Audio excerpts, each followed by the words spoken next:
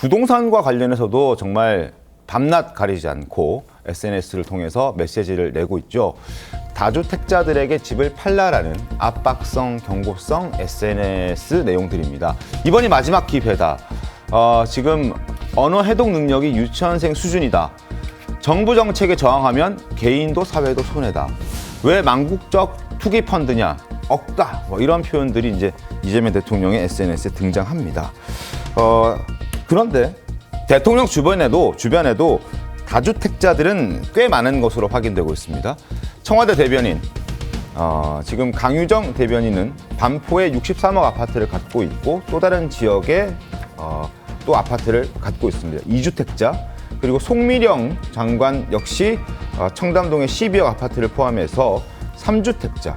한성숙 장관 역시 잠실에 27억 포함해서 4주택자.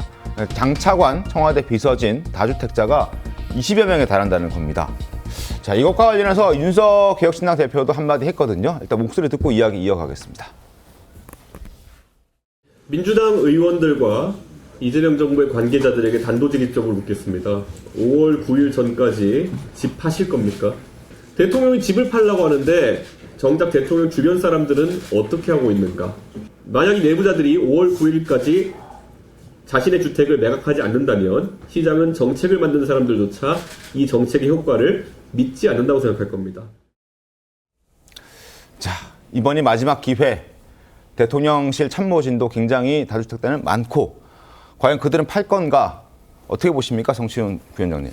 지금 이재명 정부에서 다주택자들 무조건 다 팔아라 이렇게 얘기하는 게 아닙니다. 지금 다주택자들 중에 세금을 감당할 수 있는 사람은 세금 내라. 그러면서 뭐 돈 많은 사람들 있잖아요. 세금 내도 충분히 다주택을 유지할 수 있는 사람들. 그런 사람들 버텨도 괜찮다는 겁니다. 근데 많은 사람들이 어차피 부동산 가격은 폭등할 거야. 그렇기 때문에 나는 지금 여력이 안 되지만 어떻게든 빚을 다 끌어모아서라도 다주택을 유지해가지고 이 세금을 내는 것보다 집값 오르는 게 더 많을 거야라는 그 믿음. 그런 것 때문에 지금 뛰어드는 것, 이런 것들을 막겠다는 것이거든요. 네. 그렇기 때문에 그런 문제들을 하자는 거니까 만약에 고위공직자들 중에 다주택자 유지하면서 세금 많이 내는 것도 감당할 수 있는 분이 있으면 안 팔겠죠. 그런 분들이 세금 많이 내면 좋은 거 아닙니까? 그 감당할 수 있는 분이 세금 많이 내고 그 세금으로 또 청년주택 아니면은 그 서민들을 위한 주택정책에 돈을 쓰면 되는 거잖아요. 그렇기 때문에 저렇게 지금 이준석 대표가 아마 문재인 정부 사례를 얘기하는 것 같습니다. 문재인 네. 정부 때 이야기했던 그 당시 그 공직자들 자리 정리해라 그랬더니 정리하지 않고 정작 나갔던 사람들 있잖아요. 그런 사람들을 비판하고자 하는 것 같은데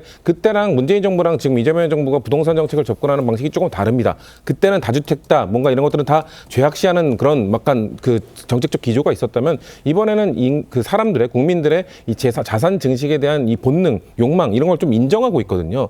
이재명 대통령은 그 욕망을 주식시장으로 좀 옮기겠다. 좀 이제 좀 옮겨갔으니 이제 부동산 시장 정상화시켜 보겠다. 그러니까 다주택자들 지금 버티고 있는 사람들은 파는 게 좋을 거다. 감당할 수 있는 사람은 감당해라. 이렇게 메시지를 던진 거기 때문에 지금 팔아라 마라. 지금 고위공직자들 파는 걸로 기준을 보겠다. 이거는 지금 이재명 정부가 추진하고 있는 부동산 정책과는 조금 결이 다른 접근이라고 저는 생각합니다.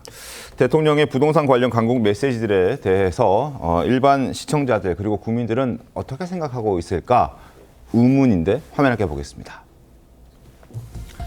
자, 오늘 조선일보 청와대 참모 56명 중에서 12명이 다주택자다라는 기사에 대해 달린 댓글들인데요. 다주택자는 투기꾼이라며 청와대 사람들은 예외냐라는 의견. 청와대 다주택자들은 대통령 말씀 이행하겠지. 민주당 나리들은 해당 사항이 없다.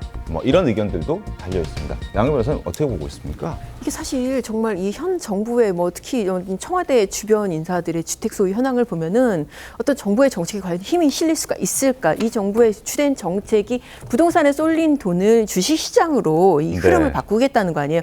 그런데 청와대에 있는 핵심 참모들마저 자기 집을 저렇게 강남에도 있고 다주택을 가지고 있고 심지어 김상호 비서관이가 그분 같은 경우에는 대치동에 책이 6채가 있어요.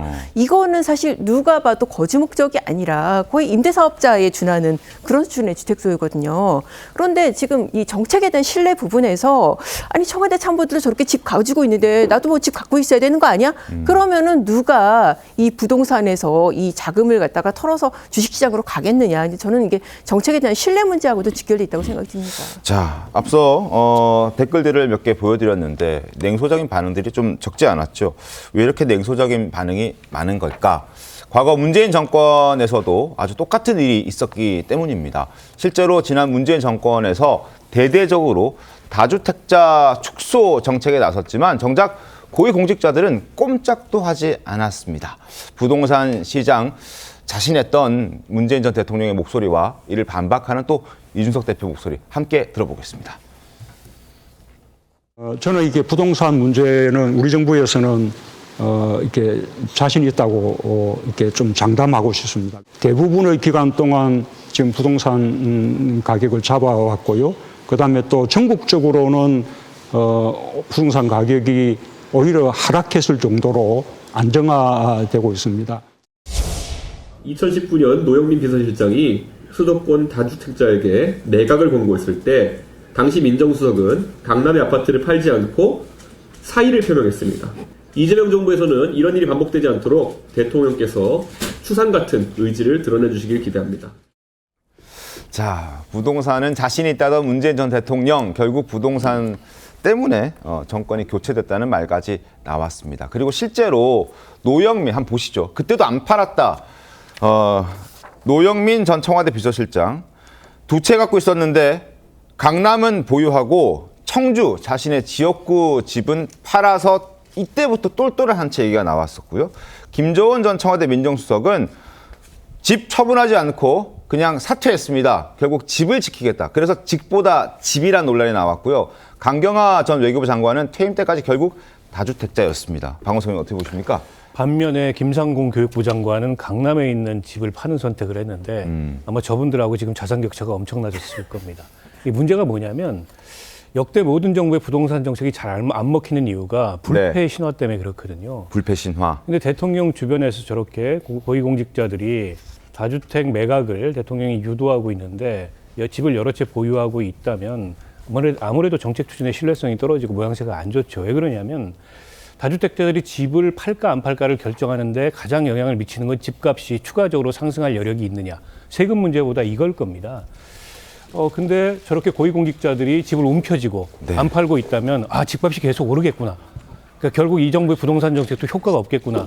대통령이 집값 안정을 아무리 얘기해도 시장에서 그렇게 반응하지 않겠구나. 거꾸로 이런 시그널을 주거든요. 때문에 어느 정도 전 정리를 좀 해야 된다. 그렇지 않고서 저 문제를 안고 이 정책을 추진한다면 물론 정책의 취지가 아까 이제 성치훈 그 위원장이 얘기했던 대로 그런 건 아닙니다만 시장에서의 반응이나 아까 이제 냉소적인 그런 평가처럼 설득력을 얻기는 어려워요. 좀 주변 정리가 어느 정도 좀 필요하고 네. 이재명 대통령은 정책 방향을 확고한 것 같습니다.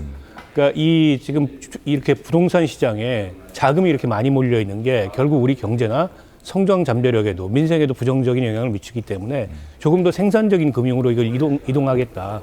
그러기 위해서 주식시장 활성화 정책과 동시에 이 부동산 집값 안정을 위해서 여러 가지 이제 규제 방안들을 검토하고 있는 게 아닌가 싶고 이제 그 귀추가 주목되는 바는 한 가지죠. 결국 보유세 인상 카드를 꺼내들 거냐, 꺼내든다면 언제 꺼내들 거냐 그겁니다. 사실 집값 안정을 위해서 저는 보유세 인상 카드를 제외하고 얘기하는 건 어렵다고 보거든요. 네. 다만 시점의 문제가 굉장히 중요하지 않을까 싶습니다.